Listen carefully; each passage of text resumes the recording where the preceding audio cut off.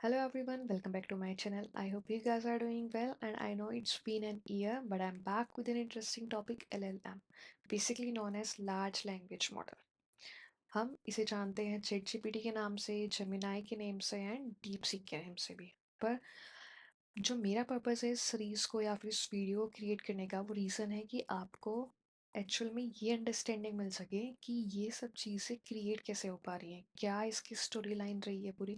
क्योंकि मैं समझती हूँ कि अगर आपको किसी टॉपिक को डीपली सीखना है ना तो आपको उसकी स्टोरी लाइन पता होनी चाहिए, जो कि आपका इंटरेस्ट क्रिएट करेगी कि हाँ, जहाँ हमारी मशीन, हमें सिर्फ इतना पता है कि मशीन हमारे सिर्फ ज़ीरो और वन समझती है, बिट्स, और कहाँ वो आज ह्यूमन लैंग्वेज समझ पा रही है। इंग्लिश नहीं, स्पेनिश भी, जर्मन भी, कुछ भी, कैसी भी लैंग्वेज हो, वो प्रिडिक्ट कर पा रही है कि हम क्या चाहते हैं, क्या डिमांड करते हैं, हमारे जो भी हम मैसेज ड्रॉप करते हैं उसका इंटेंट क्या है, कंटेंट क्या है, क्या एक्सपेक्टेशंस है, even we are expecting humour or not, tone क्या है। इवन वो हमसे एक प्रॉपर डिस्कशन करती है, हमें डाइट प्लान दे सकती है, हमारा स्किन केयर रूटीन बता सकती है, हमें एज अ टीचर पढ़ा भी सकती है, हमारी कंटेंट को एज एन मेमोरी स्टोर भी कर सकती है।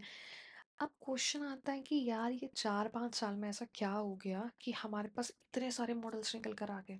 And I know it's like a magic. अगर आप एक मशीन से पूछ रहे हो कि right a paragraph with in 100 words that contains humor on this particular topic, and it must have highlighted facts, add some quotes, and it give you within a minute, right? जब इन सब चीज़ों को human करते थे तो they took a long period of time, 6 hours, 2 hours, at least 2 hours तो लगेंगे इस काम को करने में। लेकिन मशीन क्या कर रही है, उसे विद इन अ मिनट बना के दे रही है। I know it's magic. पर अब हमें ये समझना है कि जहाँ मशीन सिर्फ बिट्स को समझ पा रही थी, कैसे उसने लर्न करना शुरू करा, कैसे उसने लैंग्वेज समझनी शुरू करी, लैंग्वेज समझने के बाद कैसे उसने हमारा क्वेश्चंस को रिप्लाई करना शुरू करा। जैसे एक छोटा बच्चा होता है ना, जिसे कुछ नहीं पता इस दुनिया में आने के बाद कि क्या हो रहा है, क्या करना है, कैसे करना है। पहले वो ऑब्जर्व करता है, पहले वो लर्न करना सीखता है, पहले वो रूल्स के बेसिस पे, या हाँ मुझे पानी चाहिए तो मुझे ऐसे करना है, मुझे अगर ये कर लेना है तो मुझे वो करना है। तो ये हो गए रूल्स। फिर वो लर्न करना सीखता है कि मेरे आसपास के लोग कैसा बिहेव कर रहे हैं, और फिर वो रिप्लाई करना शुरू करता है। तो सेम स्टोरी ऐसी ही कुछ मशीन की है। ठीक, तो हम चलते हैं 1950s में। बहुत पहले नहीं जा रहे हैं, बस थोड़ा ही टाइम पहले चलना है हमें। तो बिगनिंग होती है इसकी 1950s से। मैंने थोड़े से नोट्स प्रिपेयर करे हैं आपके लिए कि जिससे अगर आपको बाद में एज अ रेफरेंस यूज़ करने हो तो आप इन्हें एज एन रेफरेंस यूज़ कर सकते हो। कुछ हेडिंग्स हैं, कुछ लाइंस नोट करी हैं जिससे मैं भी ना भूल जाऊँ उसके बीच में समझाने के बाद। अब जो हमारे पास स्टेज वन आती है वो आती है बिगनिंग। बिगनिंग कहाँ से होती है हमारे इस टाइप की मशीन्स की? 1950s में। 1950s को हम ऐसा बिगिनिंग पार्ट समझते हैं इसका। वहाँ पर एक पर्सन थे, एलन ट्यूरिंग। अब ये पर्सन इतने फेमस क्यों है? मैं आपको ये बता दूं कि आज के टाइम पे इन पर्सन को हम कंसीडर करते हैं as a father of theoretical computer science and artificial intelligence. Father क्यों कंसीडर करते हैं? क्योंकि इन्होंने एक ऐसा थॉट जनरेट किया था जिसके बाद रिसर्चर्स ने सोचना शुरू किया कि क्या ये पॉसिबिलिटी है या नहीं है। Can machine think? पर मैं थोड़ा सा इन पर्सन के बारे में आपको एक्सप्लेन कर देती हूँ। Who was he? इनका बर्थ हुआ था 1912 में, और बहुत शॉर्ट पीरियड ऑफ टाइम में इनकी डेथ भी हो गई थी। बहुत मिस्टीरियस डेथ थी। आप पढ़ सकते हो उसे विकिपीडिया किसी भी जगह पे जाकर। लेकिन ये इतने फेमस क्यों हुए? वर्ल्ड वॉर 2 के टाइम पे इन्होंने हेल्प किया थी ब्रिटिशर्स को जर्मन एनिग्मा कोड्स को ब्रेक करने में। तो वर्ल्ड वॉर 2 जब ब्रिटिशर्स जीत गए थे उसके बाद क्या हुआ था, कंप्यूटर्स वर लाइक कि बहुत स्पेस लेंगे, बहुत ह्यूज मशीन्स हैं, हमें कैलकुलेशन करने में हेल्प कर रहे हैं, मेमोरीज स्टोर कर रहे हैं। पर इन्होंने सोचा कि जब ये मशीन हमारी कैलकुलेशन कर सकती है, एडिशन, सब्ट्रैक्शन, मल्टीप्लिकेशन, डिवीजन, और ह्यूमन से ज़्यादा जल्दी कर सकती है विद इन सेकेंड, और हार्डली टेक 2 और 3 सेकेंड्स, और उसे स्टोर भी करके रख सकती है, बड़े नंबर्स की कैलकुलेशन कर सकती है, स्टोर कर सकती है बहुत लंबे पीरियड के लिए। जबकि ह्यूमन, जब तक, अगर उन्होंने ह्यूमंस ने, अगर आप उसे रिवाइज कर रहे हैं तो उन्हें याद रहेगा, अगर वो उन्होंने पढ़ना छोड़ दिया तो वो मेमोरी फेड होनी शुरू हो जाती है, लेकिन मशीन्स के साथ ये सीन नहीं था। तो तब इन्होंने ये चीज़ ऑब्जर्व करी कि क्या ये पॉसिबिलिटी है कि मशीन्स भी ह्यूमंस की तरफ सीखना शुरू कर दें, ह्यूमंस की तरफ बात करना शुरू कर दें, मतलब बेसिकली ह्यूमन का एक रेप्लिका क्रिएट हो जाए। तो ये थे वो फर्स्ट पर्सन जिन्होंने इस पूरी चीज़ की शुरुआत करने में हमें हेल्प की, इसलिए हम इन्हें कंसिडर करते हैं as an father of theoretical computer science. और इनकी डेथ की मिस्ट्री थी एक तरीके से कि अपने रूम में पॉइजन, ऐसा बताते हैं कि जब इनकी डेथ हुई थी तो कमरा खोल के देखा था तो ये मरे हुए मिले थे वहाँ पर, और वहाँ पॉइजन था साइड में। तो बहुत चीज़ें बताते हैं, आप पढ़ सकते हो नेट पे। जब ये थॉट मार्केट में आया कि क्या ये पॉसिबल है कि मशीन्स ह्यूमंस की तरह सोच सकती हैं, समझ सकती हैं, बात कर सकती हैं, तब ये रिसर्च चल ही रही थी, रिसर्चर्स अपना काम कर रहे थे। फिर आता है 1964 का टाइम, जब हमारे पास सबसे पहला चैटबॉट जनरेट होता है। चैटबॉट जिसका नाम रखा गया है यहाँ पे एलाइजा। इसको हम कंसिडर करते हैं कि ये हमारा सबसे पहला चैटबॉट था जो कि कंसिडर किया जाता है अर्ली लैंग्वेज प्रोसेसिंग प्रोग्राम, जो कि ह्यूमंस को समझ पा रहा था। अब मैं आपको पहले क्लियर कर दूं, ये प्रोग्राम ऐसा कुछ नहीं था कि जिससे वो आपका इंटेंट समझ पाए। जैसे अभी होता है ना कि आप डाल रहे हो चैट जीपीटी पर कि आई एम सैड, तो सामने से कुछ ना कुछ रिप्लाई आएगा, फिर आप कम्युनिकेशन कंटिन्यू कर पाओगे। आप उससे डाइट प्लान पूछ रहे हो, डाइट प्लान दे रहा है। आप उससे एज अ टीचर की तरह बिहेव करने के लिए कह रहे हो, वो आपको पूरा टॉपिक एक्सप्लेन कर रहा है, एग्जाम्पल्स दे रहा है, सब कुछ वो कर रहा है। लेकिन ये फेमस क्यों हुआ था? क्योंकि उस टाइम तक ऐसा कोई कॉन्सेप्ट नहीं था। लोगों ने देखा एक मशीन है, आप उससे क्वेश्चन कर रहे हो या उसे कुछ बता रहे हो, सामने से वो बिल्कुल रिलेटेबल क्वेश्चन या फिर आंसर हमें सेंड कर रही है। जैसे ये एक स्क्रीनशॉट जो मुझे मिला था नेट पे से एलाइसा का, वो ये था। एलाइजा पूछता है पर्सन से, इज समथिंग ट्रबलिंग यू? तो पर्सन कहते हैं, mans are all alike. Eliza, what's is the connection to you suppose? The person says they are always bugging us about something or other. तो मतलब ऐसी पूरी कन्वर्सेशन चल रही है, आप रीड कर लेना। तो जब लोगों ने ऑब्जर्व करना शुरू करा कि हाँ यार, एक मशीन है जो हमारे क्वेश्चंस का रिप्लाई कर रही है, हमसे बात कर रही है, it's like an amazing thing for them. पर जब हमने इसे अर्ली आई कंसिडर कर लिया, लेकिन अब आता है कि ये चैटबॉट क्रिएट कैसे हुआ था। ये चैटबॉट क्रिएट हुआ था रूल बेस्ड पे। जैसे मैं अगर आपको एक्सप्लेन करूँ एक एग्जांपल, अगर मैं मशीन को बोल रही हूँ, मैं लाइसा को बोलती हूँ कि आई एम सेड। अब इसको मशीन किस तरह से ट्रीट करेगी? मैंने इफ एल्स में सारा कोड लिखा हुआ है। जब भी मुझे आई एम वाला पार्ट मिलेगा, मैं इसे रिप्लेस कर दूंगी वाई आर यू, और जो भी इसके आगे वाला वर्ड होगा उसे भी ऐड कर दूंगी। देखो सेंटेंस बन गया ना, वाई आर यू सेड। तो ऐसा ही एक रिप्लाई आया था इसमें। अगर आप ये चेक करोगे यहाँ पे, I am sorry to hear that you are depressed. जब पर्सन ने बोला कि I am depressed much of the time, तो मशीन कहती है आई एम सॉरी। वो ऐसा फील करा रही है सामने वाले पर्सन को कि हाँ, मशीन रिलेट कर पा रही है तुमसे। तो it's like an great thing for them. तो ऐसे कुछ भी नंबर ऑफ रूल्स लिखे हुए थे, इफ एल्स कंडीशन कुछ भी लिखा हुआ था, और वो मशीन बात भी कर पाई थी। लेकिन अब आप ये सोचो कि अगर हम किसी भी लैंग्वेज की बात करते हैं, उसमें हमेशा नए नए वर्ड्स ऐड होते रहते हैं। उन वर्ड्स को हम मल्टीपल वेज में यूज़ कर सकते हैं। एक वर्ड को हम सरकेस्टिकली भी यूज़ कर सकते हैं, एम्बिग्यूटी भी हो सकती है, स्पेलिंग मिस्टेक भी हो सकती है, कुछ भी हो सकता है। तो क्या ये मॉडल इतना फिजिबल हो सकता था? नहीं हो सकता था। क्या हम किसी भी एक पर्टिकुलर लैंग्वेज को रूल बेस्ड में कवर कर सकते थे? तो वह पॉसिबल नहीं था। तो यही इसके इशू थे।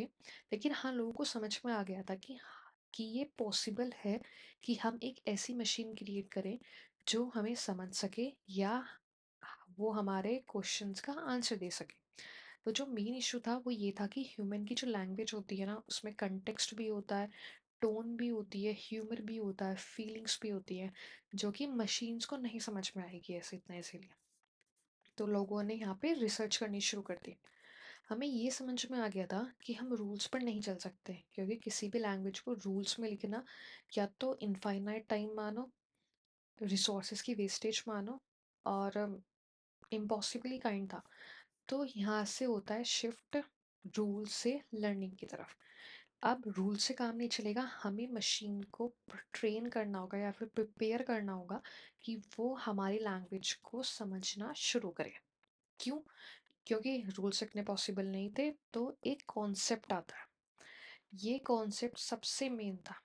इस कॉन्सेप्ट को हम कह सकते हैं, ये हार्ट ऑफ एनएलपी हो सकता है, दिल। दिल मतलब जिससे पूरी बॉडी फंक्शन करती है। इस इसी कॉन्सेप्ट के बेसिस पे जितने भी एआई मॉडल्स बने हुए हैं, इसी अगर ये टॉपिक नहीं आता ना तो कुछ नहीं होता। तो मेन है स्टैटिस्टिकल एनएलपी। इसको हम ब्रांच ऑफ एनएलपी कंसिडर करते हैं। क्यों? सबसे पहली बात तो, ये कॉन्सेप्ट आया क्यों? हमने क्या देखा, अगर हम इंग्लिश लैंग्वेज की बात करते हैं तो यहाँ पे नंबर ऑफ कॉमन पैटर्न्स होते हैं। जैसे अगर मैं एक सेंटेंस लेती हूँ, आई लव यू, तो मुझे पता है अगर मेरे पास आई लव ब्लैंक यू है, तो मोस्ट प्रोबेबली किसके आने के चांसेस है? लव के आने के चांसेस है। I have a PAT, PAT कौन सा हो सकता है? डॉग। तो मतलब ऐसे बहुत सारी प्रोबेबिलिटी हो सकती थी, जो कि अगर हम अपनी मशीन को एक कॉमन डेटा सेट पे ट्रेन करते हैं तो प्रोबेबिलिटी या पॉसिबिलिटी के थ्रू हम एक सही आंसर तक जा सकते थे। ये एक मेन रीज़न था इस कॉन्सेप्ट के आने का। अब आपको पता है, पॉसिबिलिटी अगर आपको चाहिए तो आपको क्या यूज़ करनी पड़ेगी, या प्रोबेबिलिटी चाहिए तो आपको क्या यूज़ करनी पड़ेगी? मैथमेटिक्स।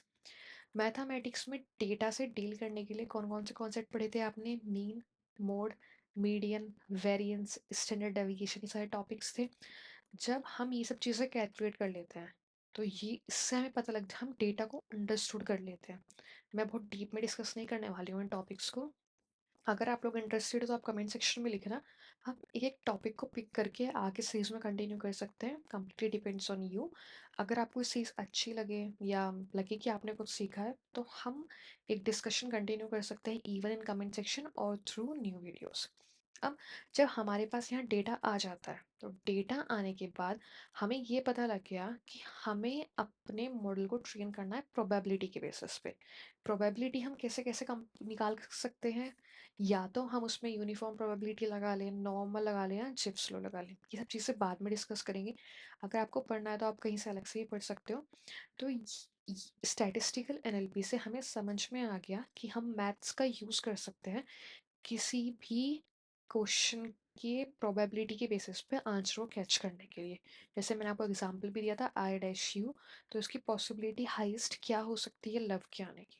या ऐसा ही अगर आप कोई दूसरा सेंटेंस यूज़ करते हो, तो उसमें भी इजीली आप possibility, I am going to, तो मोस्टली किस रेफरेंस में यूज़ होता है?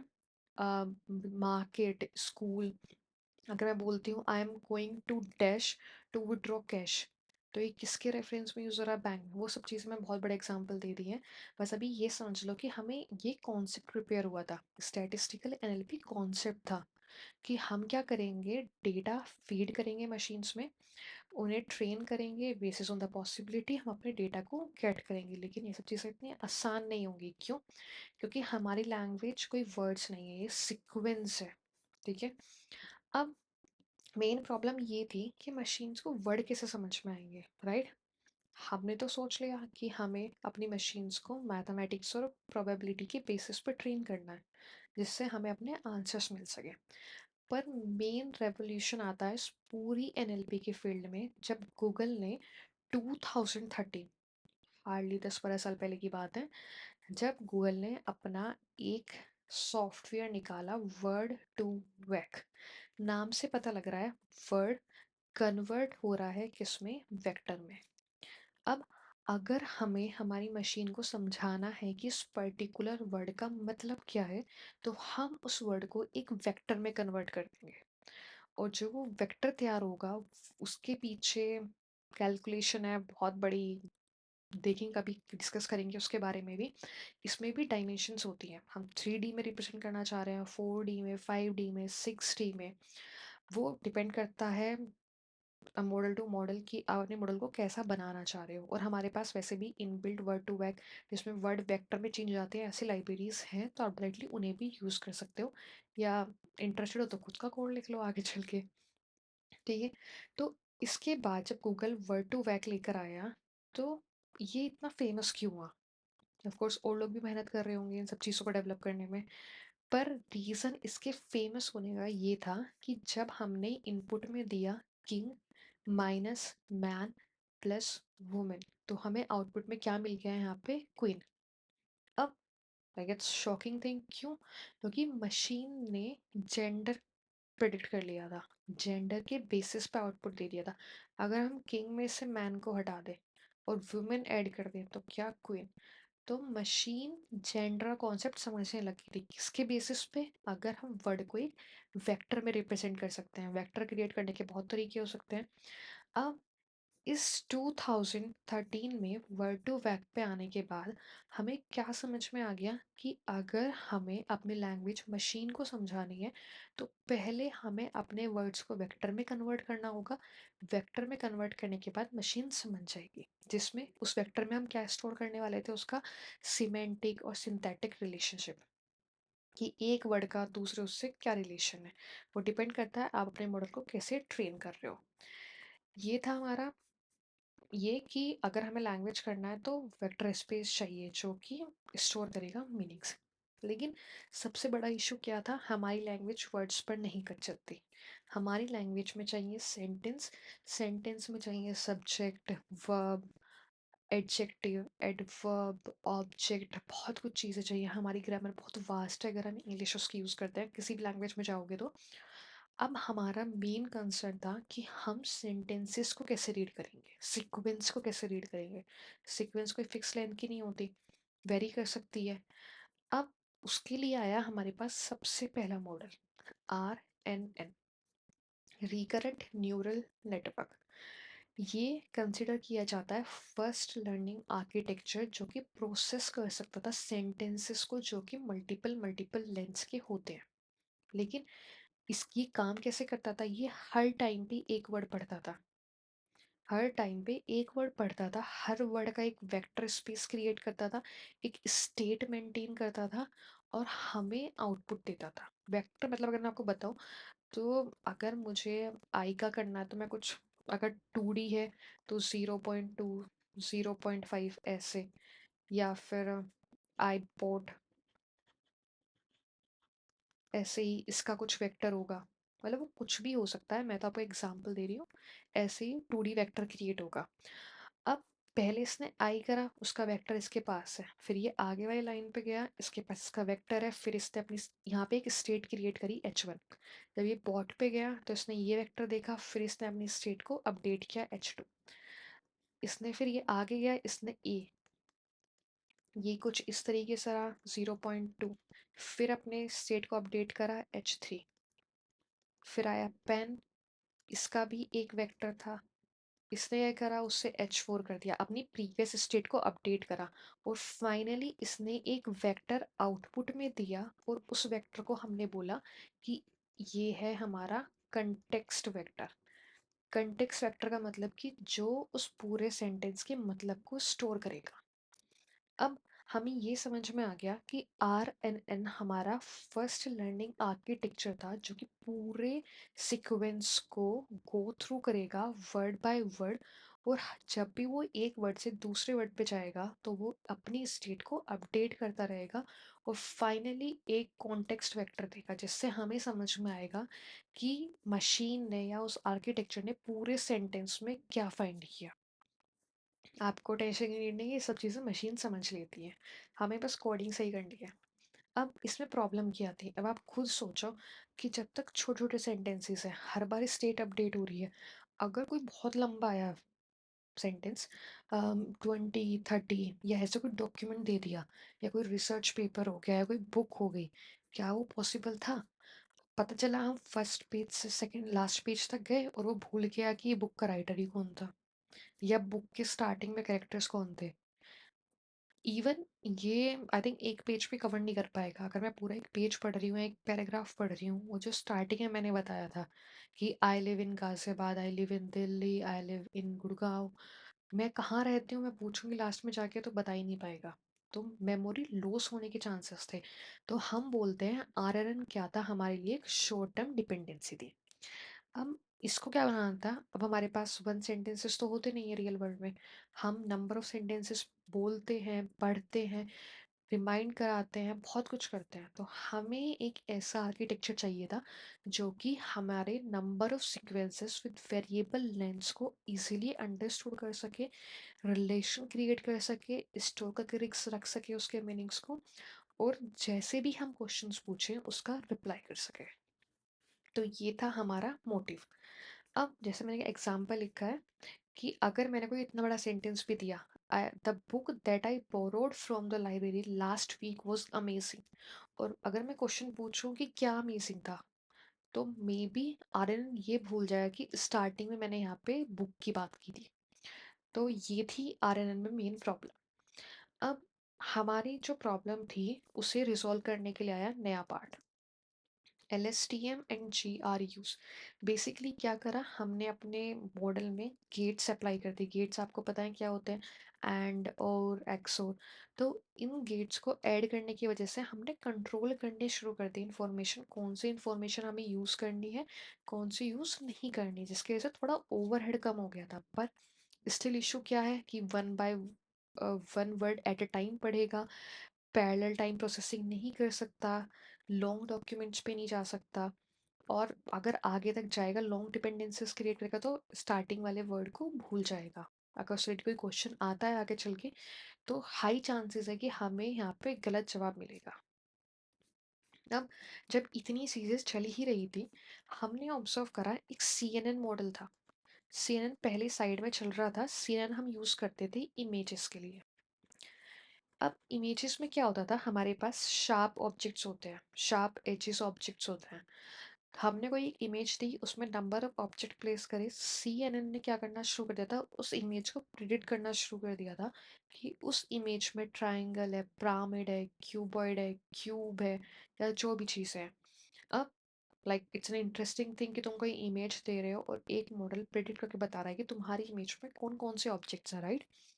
अब जो लोग लैंग्वेज पर काम कर रहे थे उन्होंने ऑब्जर्व करा कि इमेजेस में भी तो एक तरीके से पैटर्न होता है ना, कि अगर हमें क्यूब आइडेंटिफाई करना है या क्यूब आइडेंटिफाई करना है तो हमें क्या क्या चीज़ें ऑब्जर्व करनी पड़ेंगी। तो ऐसा लैंग्वेज में भी तो होगा ना, जो मैंने आपको स्टार्टिंग में बताया कि कुछ ना कुछ कॉमन पैटर्न्स होते हैं। अब CNN को कॉन्सेप्ट इमेजेस से हटा के लैंग्वेज पर यूज़ करना शुरू कर दिया। अब हमने क्या करना शुरू करा, हमने प्रोसेस करने शुरू करे multiple words at a time, like a window. अगर मेरे पास ये एग्जाम्पल था ऊपर, the book that I borrowed from the library last week, तो मान लो हमारी विंडो दो साइज की है। अगर जो फ्रेम हम यूज कर रहे हैं इस पूरे सेंटेंस के मल्टीपल वर्ड्स को गैदर करने के लिए या अंडरस्टूड करने के लिए, वो टू साइज का है। तो पहले इसने चेक करा द बुक, इसने वेक्टर क्रिएट करा जो फिर इसने इन दोनों को देखा, फिर दैट आई को चेक करा, आई बोरोड को चेक करा, बोरोड फ्रॉम। अब इसने क्या करना शुरू करा, इसने कॉमन पैटर्न ऑब्जर्व करने शुरू कर दिए। जैसे लास्ट वीक एक हो सकता है पैटर्न, बोरोड फ्रॉम हो सकता है, द बुक, कुछ भी पैटर्न इसने ऑब्जर्व करने शुरू करे, और ये करा था उन्हें इजिली आइडेंटिफाई करा था कि हाँ इस वर्ड के बाद में ये वाला वर्ड प्रिडिक्ट कर सकता हूँ।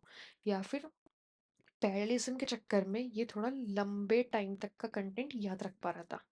तो CNN की वजह से क्या हुआ कि हम अपने करंट प्रोजेक्ट को थोड़ा सा इम्प्रोवाइज कर पाए। पर स्टिल प्रॉब्लम क्या थी कि हम अगर लॉन्ग विंडो भी लेंगे तो चांसेस हैं कि जब तक वो विंडो आगे तक जा रही है ना, तब स्टार्टिंग वाला कंटेंट लूज हो जाएगा। इवन अगर हम कॉमन पैटर्न्स भी ऑब्जर्व करने की कोशिश कर रहे हैं तब भी पैरेललिज्म था, पर बहुत स्लो था, मतलब ना के बराबर ही था। और still no, long can't handle long documents. अब जब CNN का कॉन्सेप्ट आ गया, ऑब्जर्वेशन हो गई, हमें ये समझ में आ गया था 2016 तक कि हमारी प्रॉब्लम क्या है, कि अगर हम लॉन्ग डॉक्यूमेंट्स पे जाएंगे तो बॉटल नेक आने वाली है, और हम लॉन्ग टर्म डिपेंडेंसीज नहीं थी हमारे पास, पैरालाइजेशन नहीं था। तब इसी के टाइम पे एक कॉन्सेप्ट यूज हो रहा था, अटेंशन। मेरा मेन पर्पस है कि आप इस कॉन्सेप्ट को समझ लो। अगर आपने अटेंशन कॉन्सेप्ट समझ लिया ना, तो आपको पूरा AI समझ में आ जाएगा कि AI सिर्फ इस अटेंशन कॉन्सेप्ट पर ही काम करता है, राइट। अब जैसे मैं वो एग्जांपल देती हूँ एक, अगर मैंने अपनी मशीन को इनपुट दिया होता उस टाइम पर, John went to school in Paris, later he move to Berlin for work, और मैंने अपनी मशीन से क्वेश्चन पूछा होता, वेयर डज जॉन लिव। तो मशीन कंफ्यूज आती क्यों, क्योंकि अभी तक आर एन सीरन आ चुके थे, तो विंडो और अगर वन बाय वन भी जाते हैं तो मशीन क्या समझ रही है, जोन वेक्टर के थ्रू वो समझ पा रही है। John went to school in Paris, right. Later he moved to Berlin for work. अब मेन प्रॉब्लम क्या थी कि जब ये यहाँ पे ही पर आया, ये भूल गया कि ये ही पेरिस को रिलेट कर रहा है, ये ही स्कूल को रिलेट कर रहा है, या फिर ये ही जोन को पॉइंट आउट कर रहा है। अगर वो आगे तक भी जाता तो वो भूला था बर्लिन किसके लिए आया था, वर्क किसके लिए पॉइंट कर रहा है। तो ये था मेन। अब मेन काम क्या था कि हमें अपने सेंटेंस को अटेंशन देनी है। अटेंशन क्यों, क्योंकि अगर एज एन ह्यूमन सोचो, जब आप इस सेंटेंस को पढ़ते हुए ही तक आ रहे हो तो आपका माइंड क्या कर रहा है, आपको बता रहा है कि ये क्या है, ऑब्जेक्ट, सब्जेक्ट सॉरी। जब ये सब्जेक्ट है तो ये किसी पर्सन को पॉइंट कर रहा होगा। ही क्या है, ही एक पर्सन है, लिविंग बीइंग है। वो आपने पढ़ी हुई है, आपका माइंड में ग्रामर सेट है, सब कुछ है। तो आपको इजीली अंडरस्टूड होगा कि ही किसे पॉइंट करने वाला है, यहाँ पे जॉन को। लेकिन ये चीज़ मशीन कैसे समझेगी, तो यहाँ पे आता है अटेंशनल कॉन्सेप्ट। जब हम किसी वर्ड पर जा रहे हैं तो उससे अपने सारे रिमेनिंग वर्ड्स को अटेंशन देनी है और ये समझना है कि वो वर्ड कितने वर्ड से रिलेटेबल है। अगर मैं अभी यहाँ पे ही पे आई हूँ तो ही यहाँ पे इस सेंटेंस में कितने वर्ड्स हैं जिससे सबसे ज़्यादा रिलेट कर पा रहा है। ही किससे रिलेट कर सकता है, चलो काइंड ऑफ पेरिस से भी मान लिया, स्कूल से भी, लेकिन सबसे ज़्यादा डिपेंडेंसी इसकी किस पे निकल कर आनी चाहिए, जॉन पर। तभी तो मशीन समझेगी ना कि ही की डिपेंडेंसी सबसे ज़्यादा, रिलेटेबिलिटी या फिर डिपेंडेंसी या वेक्टर पॉइंट जो बहुत पास पास है, वो किससे है, जोन से। तो उसका मतलब कि ही के चांसेस क्या है ज़्यादातर कि वो जोन से ही रिलेट कर पाएगा। तो ये होता है हमारा अटेंशन कॉन्सेप्ट। जैसे एग्जाम्पल और लेते हैं, द डॉग दैट चीज द कैट वॉज टायर्ड। जब हम मशीन से पूछेंगे हु वॉज टायर्ड, तो मशीन कंफ्यूज हो जाएगी कि मेरे पास तो डॉग भी आया था, मेरे पास तो कैट भी आई थी, तो टायर्ड कौन हुआ, डॉग ने चेस किया कैट को, लेकिन थका कौन पहले, क्या हुआ। तो इसमें क्या हो सकता है, मशीन के चांसेस हाई हो सकते हैं कि वो क्या करे, रॉन्ग रिजल्ट दे दे। तो इसलिए आता है अटेंशन कि ये जो टायर्ड है, ये जो भी हमारे वर्ड्स आ रहे हैं सेंटेंस में, उनसे कितना रिलेट कर पा रहा है, किस पे इसकी अटेंशन सबसे ज़्यादा है। जब हम जिस पोजीशन पे हैं, हमें अपने आसपास के सारे वर्ड्स चेक करने हैं कि हम किससे ज़्यादा रिलेट कर पा रहे हैं। जिससे ज़्यादा रिलेट कर पाएंगे उससे हमारा कुछ ना कुछ कनेक्शन होगा। तो यही था हमारा अटेंशन कॉन्सेप्ट। अब मेन चीज़ कहाँ आती है, ये अटेंशन कॉन्सेप्ट चल रहा था, मतलब लोग इंटरनली यूज़ कर रहे थे, लेकिन ये हाईलाइट कब हुआ, जब 2017 में एक रिसर्च पेपर आया, attention is all you need. सिर्फ अटेंशन ही एक ऐसा कॉन्सेप्ट है जिस पे आपको एक्सेल करने की नीड है और आप अपनी मशीन को अपनी पूरी लैंग्वेज समझा पाओगे। आपको ये तो समझ में आ गया। पहले यहाँ तक हम एक बार रिवाइंड कर लेते हैं, चीज़ें हमने क्या चीज़ें पढ़ी हैं। हमारी सबसे स्टार्टिंग कहाँ होती है, जब 1950s में एलन ट्यूरिंग ने बोला कि क्या मशीन्स ह्यूमन की तरह सोच सकती है। उसके बाद हमारे पास आया सबसे पहला चैटबॉट एलाइजा, जहाँ पे लोगों का इंटरेस्ट बनना शुरू हुआ कि वाह यार, एक मशीन हमसे बात कर पा रही है, हमारे इमोशन समझ पा रही है, हमें सुन पा रही है। उसके बाद जो मेन डाउट था कि हमारी मशीन हमारे वर्ड्स या सेंटेंसेस को कैसे समझेगी, वो प्रॉब्लम कहाँ रिसोल्व होती है, जब हमारे पास गूगल ने लॉन्च किया 2013 में वर्ड टू वेक्ट। हमें ये पता लग गया कि वर्ड्स को अगर मशीन को समझाना है, then we need a vector जिसमें हमारी सारी इंफॉर्मेशन सेव होगी सिमेंटिक और सिंथेटिकल वे में। अब जब 2013 एंड हुआ, तब हमारे पास मोड आर्किटेक्चर आने शुरू हो गए, क्योंकि हमारे पास एक थ्योरेटिकल कॉन्सेप्ट आ गया था, स्टैटिस्टिकल एनएलपी, जिसमें हमें पता लग गया था कि अगर हमें रिजल्ट्स चाहिए तो हमें दो चीज़ों पे काम करना है, मैथमेटिकल मॉडल्स और प्रोबेबिलिटीज़। मैथमेटिक्स अप्लाई करना है, मी डेटा पे कौन कौन से टॉपिक्स होते हैं, mean mode median, variance, standard deviation, probabilities पे नॉर्मल या जिप्स लो या जो भी है आप उसे देख लेना। अब जब हमारा वो स्टैटिस्टिकल मॉडल का कॉन्सेप्ट आया तो सबसे पहला आर्किटेक्चर आता है आरएनएन का। आरएनएन ने हमें क्या करा, हमें कॉन्सेप्ट दिया कि जब भी हम एक वर्ड को पढ़ रहे हैं और नेक्स्ट वर्ड पे जा रहे हैं तो हम मेमोरी में एक स्टेट क्रिएट करेंगे जहाँ पे उनका एक कॉमन पैटर्न ऑब्जर्व होगा in the form of vectors, जहाँ पे हमें उनका मीनिंग पता लगेगा। जब हम सेंटेंस के एंड में जाएंगे हम अपनी करंट स्टेट को अपडेट करते रहेंगे और लास्ट में जो वेक्टर रिलीज होगा उसे हम बोलेंगे कंटेक्स्ट वेक्टर।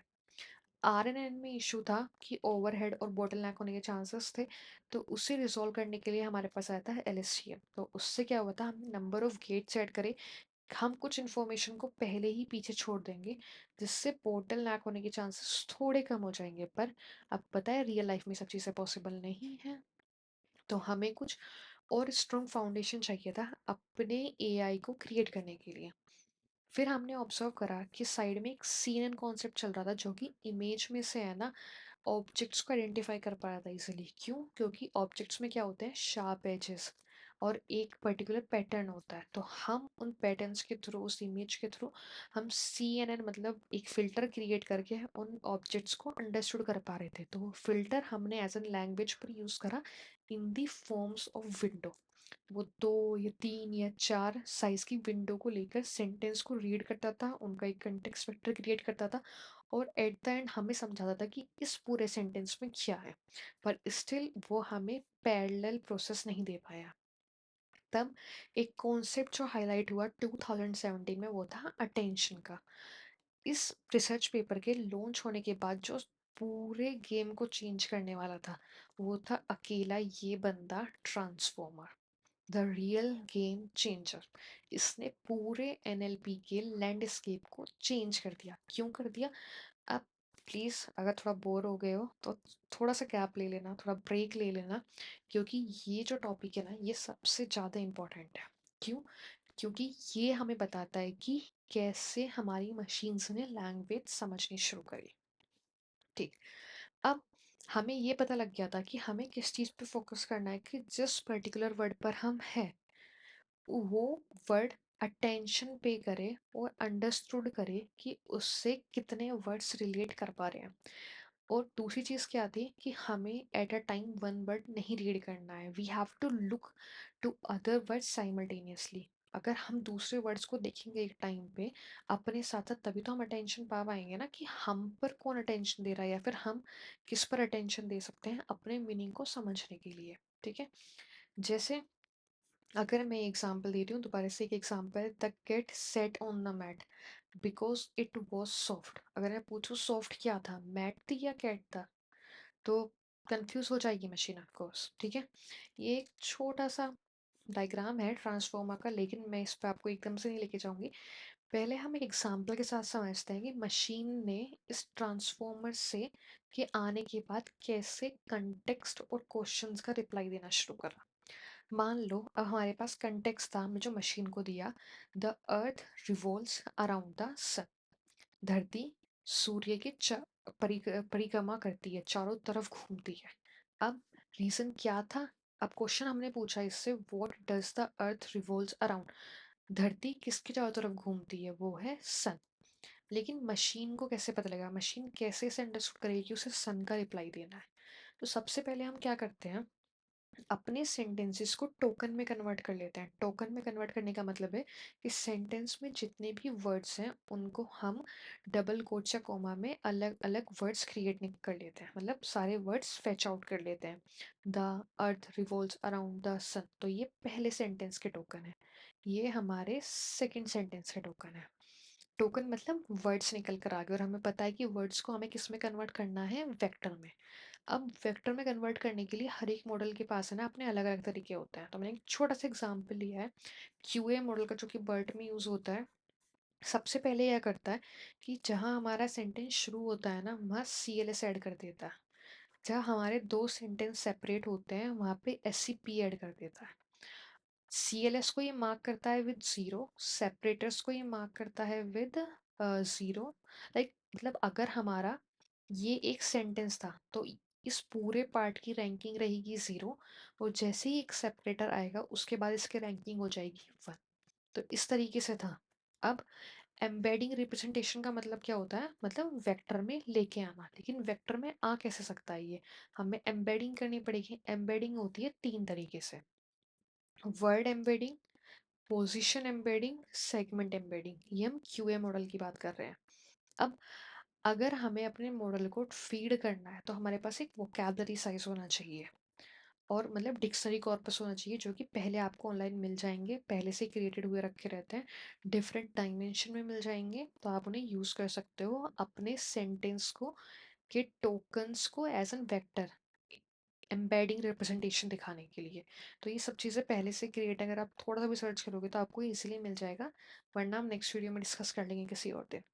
अब वर्ड एम्बेडिंग क्या हुई कि हमने हर एक वर्ड को एक वेक्टर में रिप्रेजेंट कर लिया। मान लो कि हमने इसे 4D डायमेंशन यूज करी इसे रिप्रेजेंट करने के लिए, तो जो दा टोकन था ना, उसे हमने रिप्रेजेंट करा 4 डायमेंशंस में इस वे में, अर्थ को रिप्रेजेंट करा इस वे में, रिवॉल्व्स को रिप्रेजेंट करा इस तरीके से। अब एक चीज ऑब्जर्व करो कि अगर मैं अर्थ पर हूं अभी, तो अर्थ की जो वैल्यूज हैं वो सबसे ज्यादा किसके क्लोज लग रही है। 88 के सबसे क्लोज क्या लग रहा है, या तो सन लग रहा है या फिर रिवॉल्व्स लग रहा है, या उसके बाद अराउंड। द और वोट तो काफी दूर है। अब हम देखते हैं यहाँ पे कि जब ये दूसरी वैल्यू आती है 15, तो ये किसके क्लोज लग रही है, 0.21। जब ये -20 है तब ये -0.15। मतलब काइंड ऑफ जो हमें समझ में आ रहा है कि सन और अर्थ बहुत ज्यादा रिलेटेबल है, मतलब बहुत क्लोज है मीनिंग में, काइंड ऑफ। क्योंकि आपको पता ही है दोनों ऑब्जेक्ट्स हैं इस पूरे सेंटेंस में, जिससे हमें ये पता लग सकता है कि हाँ, कहीं ना कहीं अर्थ का रिलेशन सन के साथ है यहाँ पर। अब हम क्या करते हैं, ये वर्ड एम्बेडिंग हो गई। वर्ड एम्बेडिंग होने के बाद हमें ये करना है, इनकी पोजीशन एम्बेडिंग करनी है। पोजीशन एम्बेडिंग इसका मतलब एक फॉर्मूला हमारे पास पहले से होते हैं, इस फॉर्मूला को हम यूज कर सकते हैं किसी भी पोजीशन को पोजिशनल एम्बेडिंग करने के लिए। और बेसिकली ये जो वेव लाइक वैल्यूज होती है ना, ये मॉडल को ये समझाती हैं कि कितना डिस्टेंस है, किस ऑर्डर में है वर्ड्स। तो ये सब चीज़ें हमें पोजीशन एम्बेडिंग के थ्रू समझ में आ जाती है। और सेगमेंट मैंने आपको बताया कि हमारे पास CLSS होता है और जो सेपरेटर्स होते हैं जो कि हमारे क्वेश्चन और कंटेक्स्ट को अलग अलग कर देते हैं। अब जब हमारे पास कंटेक्स्ट था तो हमने इसे मार्क करा इस वैल्यू में, और अगर वो क्वेश्चन है तो हमने उसे किया माइनस वैल्यूज के साथ रिप्रेजेंट। अब हमें क्या चाहिए, हर एक वर्ड की इनपुट एम्बेडिंग चाहिए। और इनपुट एम्बेडिंग पाने के लिए हमें क्या करना होगा, वर्ड एम्बेडिंग को ऐड करना होगा पोजिशनल एम्बेडिंग से, उसे ऐड करना होगा सिमेंटिक एम्बेडिंग से। जब हम इसे ऐड करेंगे, तो मैं एग्जांपल लिया है यहाँ पे समझाने के लिए अर्थ के लिए। तो अर्थ की वर्ड एम्बेडिंग ये थी, पोजिशनल एम्बेडिंग ये थी, और सिमेंटिक एम्बेडिंग ये थी। तो जो फाइनल ये निकल कर आया ना, इससे हम बोलेंगे ये हमारी है अर्थ की इनपुट एम्बेडिंग। अब ऐसे आप क्या करोगे ना, सारे वर्ड्स की इनपुट एम्बेडिंग कैलकुलेट कर लोगे। तो यहाँ पे ये लिखी हुई है, आप चेक कर लेना। अब जब हमारी एम्बेडिंग हो गई तो हमारे पास क्वेश्चन क्या था, सेल्फ अटेंशन का। Which other word in the sentence are more relatable to me. ऐसा कौन सा वर्ड है सेंटेंस में जो कि मेरे साथ सबसे ज्यादा रिलेटेबल है। टेक, अगर हम अर्थ का लेते हैं एग्जाम्पल, अर्थ का लेते हैं कि मैं अभी अर्थ वर्ड पर आई हूँ और मुझे अर्थ की सेल्फ अटेंशन देखनी है। तो सेल्फ अटेंशन का तरीका क्या होता है पता करने का, सबसे पहले हम क्या करते हैं, ये हमारे पास टोकन था CLSS, the earth revolves around sun, जो कंटेक्स्ट था। और जो हमने इसका वेक्टर तैयार करा था इनपुट एम्बेडिंग, वो थे हमारे ये। अब हमें क्या करना है, इसको डॉट प्रोडक्ट करना है। डॉट प्रोडक्ट करने से क्या समझ में आ जाएगा कि how much each word relates to earth. अगर मैं अर्थ के साथ ही करती हूँ, सेल्फ करती हूँ, तो यहाँ पे क्या आने वाला है, 6.88। ठीक है। अब आपने क्या करा था, डॉट प्रोडक्ट आपको पता ही है, इसकी वैल्यू को इसकी वैल्यू से, फिर इसकी वैल्यू को इसकी वैल्यू से, ऐसे यहाँ पे मल्टीप्लाई करो और फिर उन्हें ऐड कर दो। जब ये फाइनल वैल्यूज यहाँ पर निकल कर आ रही हैं, अब आपको क्या चेक करना है यहाँ पे, जब ये डॉट प्रोडक्ट हो जाएगा तो इससे ये समझ में आ गया कि कितनी सिमिलैरिटी दो वर्ड्स के अंदर है। अगर आप चेक करोगे तो अर्थ की जो सेल्फ एम्बेडिंग आई है, या फिर मैं बोलूँ यहाँ पे सेल्फ अटेंशन आई है, वो आई है 6.88, और सन की जो आई है अर्थ के साथ वो आई है 6.60, जो कि बहुत ज़्यादा पास है अर्थ की वैल्यू के साथ। अब हमें क्या करना है, इन मैग्नीट्यूड्स को, जो भी वैल्यूज आई हैं, इन्हें स्टेबलाइज करना है। स्टेबलाइज करने का फॉर्मूला क्या होता है, हम रूट ऑफ डायमेंशन ले लेते हैं। अभी हमने जो अपने वेक्टर्स को रिप्रेजेंट किया था वो कितने डिमेंशंस में किया था, 4 में। अगर हम 4 का रूट लेते हैं तो हमारे पास क्या आएगी वैल्यू, 2। अब अगर हमें इन मैग्नीट्यूड्स को स्टेबलाइज करना है तो सिंपली हम क्या करेंगे, डिवाइड कर देंगे वैल्यूज को। तो जो भी हमारे पास यहाँ वैल्यूज आई थी, डॉट प्रोडक्ट करने के बाद हमने उनका एक वेक्टर क्रिएट करा, इसे डिवाइड किया, तो जो हमारे पास फाइनल वैल्यू आती है, इसका मतलब कि हमने एक रिलेटिविटी कैप्चर कर ली है और उससे स्टेबलाइज कर दिया उसके मैग्नीट्यूड को। अब हम क्या करते हैं, अपनी वैल्यूज पे सॉफ्ट मैक्स लगाते हैं। सॉफ्ट मैक्स आपको समझ में ही आ गया है, तो सॉफ्ट मैक्स क्या होगा, सॉफ्ट मैक्स हमारा किस पे लगेगा, सबसे पहले हम अपनी क्वेरी को सेल्फ अटेंशन ऐसे डॉट प्रोडक्ट करेंगे सेल्फ अटेंशन निकालने के लिए, और मतलब कितनी रिलेटिबिलिटी है ये फिगर आउट करने के लिए, और इसे स्टेबलाइज करने के लिए हम क्या कर देंगे, डिवाइड कर देंगे with the under root of dimensions. ठीक। और अगर मैं पूरा अटेंशन का फॉर्मूला लिखूं तो अगर आप इसे मल्टीप्लाई कर दोगे बाद में v से, तो आपके पास पूरा का पूरा अटेंशन निकल कर आ जाएगी। पर धीरे धीरे पढ़ते हैं अभी। अब सॉफ्ट मिक्स कैसे निकालेंगे, जो भी हमारे पास यहाँ वैल्यूज आई थी हमने स्केल करी, ये होता है e raise to power x। अगर आप e raise to power x निकालोगे तो ये हमारे पास सारी सारी वैल्यूज आ जाएंगी, x है हमारे पास स्केल्ड वैल्यूज।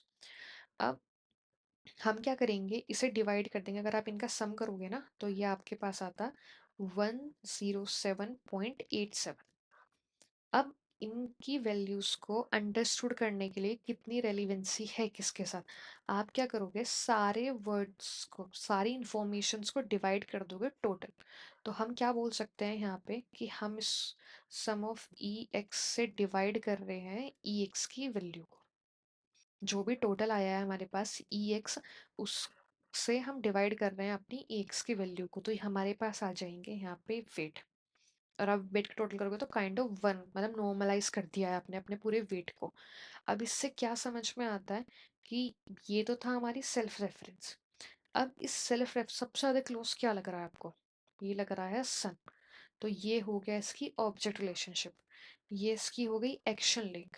ये मतलब कोडिंग है, सब कुछ बैकग्राउंड में है। जब आपके पास ये वेट आएगा तो मीनिंग सेंटेंस खुद मशीन खुद समझ जाएगी कि इनका मतलब क्या है। इसका मतलब है कि बहुत कम रेलिवेंस है अर्थ की कंपैरिजन में, मतलब हो ना हो फर्क ही नहीं पड़ता, इसकी भी बहुत कम है। इनकी थोड़ी हाईएस्ट वैल्यूज हैं तो इसकी सेल्फ लिंक हो गई, जिसकी थोड़ी ज़्यादा है उसमें काइंड ऑफ कनेक्शन हो सकता है, लिंक हो सकती है। जिसकी सबसे ज़्यादा है इसका मतलब कि उससे उसका काइंड ऑफ प्रॉपर रिलेशन हो सकता है। तो हमारी मशीन क्या करती है ना, इस काइंड से है ना प्रिडिक्ट करना शुरू करती है। और जिस टाइम उसके प्रिडिक्शंस वो लर्न करती है, फीडबैक लेती है, बहुत कुछ करती है, और वो हमें एक टाइम पे आके सही रिजल्ट देने लग जाती है। पर कंडीशन क्या है कि जिस बेसिस पे ये वेक्टर हमारे जनरेट हो रहे हैं ना यहाँ पे स्टार्टिंग में, ये आप किसके थ्रू कर रहे हो, कितना बड़ा डेटा कॉर्पस या डिक्शनरी कॉर्पस आप यूज कर रहे हो अपने टोकन्स को वर्ड एम्बेडिंग बनाने के लिए, कितने डिमेंशंस यूज कर रहे हो। जितनी हाई डिमेंशन या वैरायटी ऑफ डिमेंशंस होंगी या पैरेलल प्रोसेसिंग होगी, उतना ज़्यादा आप मीनिंग्स स्टोर कर पाओगे। तो ये था एक छोटा सा एग्जाम्पल। अब हम क्या कर चुके हैं, काइंड ऑफ पूरी वो निकाल चुके हैं। एक बार हम अपने ट्रांसफॉर्मर के आर्किटेक्चर को समझ लेते हैं। हमारे पास आया सोर्स, जिसमें हमारा था context, the earth revolves around the sun. हमने क्या करा, उसे कन्वर्ट किया टोकन्स में। टोकन्स में क्या हुई हमारी एम्बेडिंग्स। एम्बेडिंग्स मतलब इनपुट एम्बेडिंग। इनपुट एम्बेडिंग क्या होगी हमारी, word embedding plus positional embedding plus semantic encoding, depend करता है आप कैसा मॉडल यूज करते हो। जब हमारे पास एम्बेडिंग होगी, हमने उसमें पोजिशनल एनकोडिंग मिक्स कर दी। फिर हम यहाँ पर जा रहे हैं मल्टी हेड सेल्फ अटेंशन। अभी मैंने बताया था कि अर्थ क्या कर रहा है, रिलेट कर रहा है हर एक वर्ड से। The earth revolves around the sun. इस अर्थ ने अपना रेलिवेंस सारे वर्ड्स के साथ कैलकुलेट किया और फिगर आउट किया कि ये सबसे ज़्यादा कनेक्ट कर पा रहा है, ये कनेक्ट कर पा रहा है सन के साथ। तो हाई चांसेस है कि अगर मशीन हमें आउटपुट में सन देगी ना, तो उसके चांसेस सही होने के ज़्यादा है। अब अगर हम एक ही बेसिस पे अपने इसको पूरे तैयार कर रहे हैं, तो क्या ये सही है? नहीं है। तो हमें क्या करना पड़ेगा, हमें अपने अर्थ जिस वर्ड पर है, अगर हमें उसका रेलिवेंस चेक करना है दूसरे वर्ड से, तो हमें number of multi head self attention apply करनी होंगी।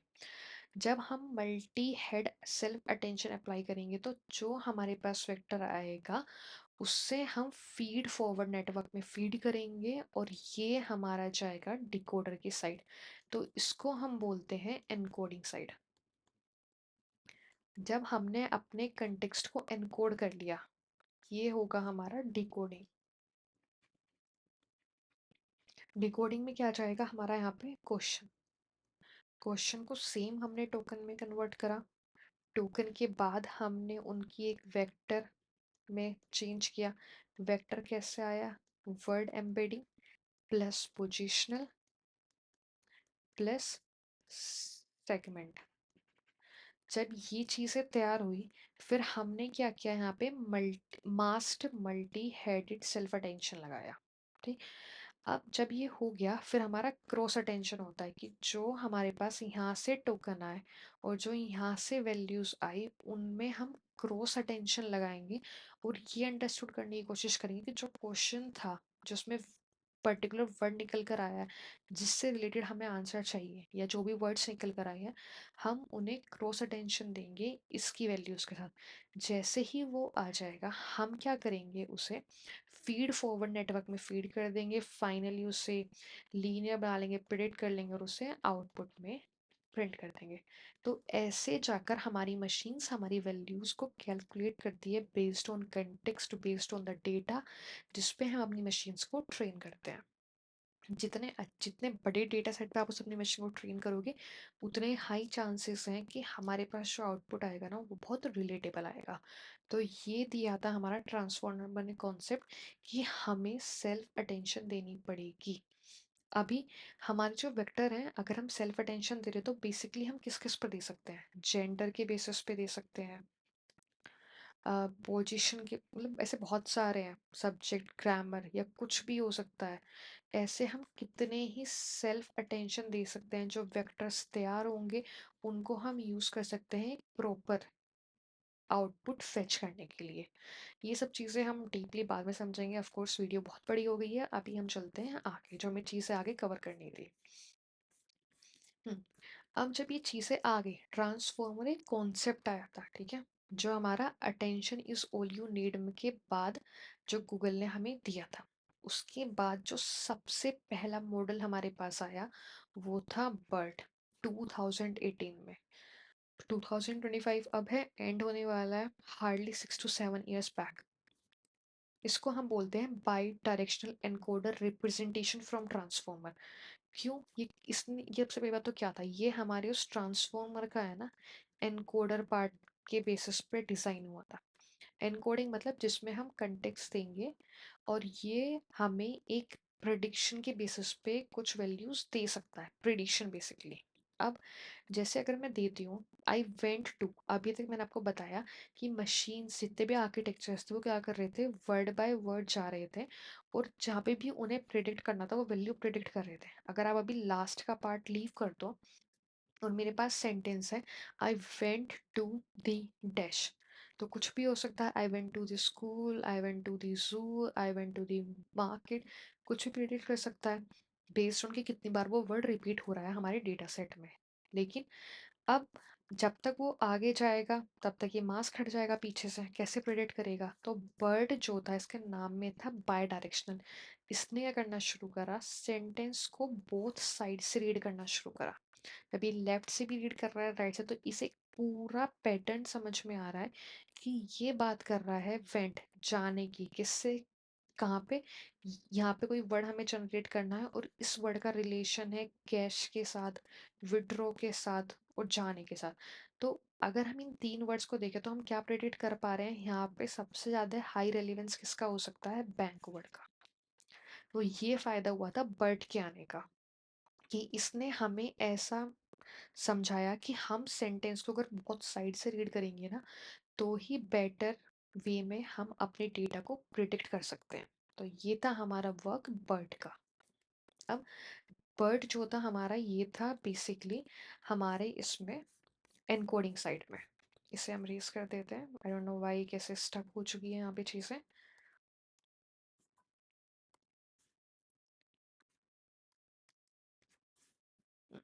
चलो लीव करते हैं। जब बर्ड जो था एक तरीके से इसे कंसीडर किया गया एज एन ब्रेन जो चीज़ें समझता है, जो प्रोडिक्ट करता है, जो कि एनकोडर है। लेकिन जो चीज़ें हम आज के टाइम पे यूज़ करते हैं, जीपीटी, जेमिनाई, डीप सीक, वो क्या है? जनरेटिव एआई जो कि स्पीक बोलते हैं। हम क्या करते हैं, वर्ड एक तरीके से बहुत बड़ा वो बन चुका है जिसमें हम already number of things store करके बैठे हुए हैं और इस एनकोडर को या फिर जो भी और टाइप के एनकोडर्स हैं वो यूज़ करते हैं ये डिकोडर्स प्रिडिक्ट करने के लिए हमारे रिजल्ट्स को। जब हम देते हैं कि हमें ये पैराग्राफ या ये सब चीज़ें जनरेट करनी है या कंटेंट जनरेट करना है, तो इसमें क्या होगा, ये जीपीटी या जेमिना या डीप सीक उस कंटेंट के बेसिस पे हमारे आउटपुट को जनरेट करेगा। तो ये था हमारा आज का पूरा डिस्कशन। हमने सीखा कि कैसे हमारा एआई एक बेसिक क्वेश्चन से हमारा जीपीटी, जेमिनाई, डीप सीक जैसे लेवल तक जा चुका है। अब ये होती है हमारे स्टोरी का दी एंड। अब मैं उम्मीद करती हूँ कि आपको ये सब चीज़ें इंटरेस्टिंग लगी होंगी और आप क्या करोगे, एक अच्छा सा कमेंट लिखोगे, मोटिवेट करोगे बाय डूइंग एन लाइक, और अगर मन करे तो शेयर कर देना दोस्तों के साथ। मिलते हैं नेक्स्ट वीडियो में एक इंटरेस्टिंग टॉपिक के साथ। बाय।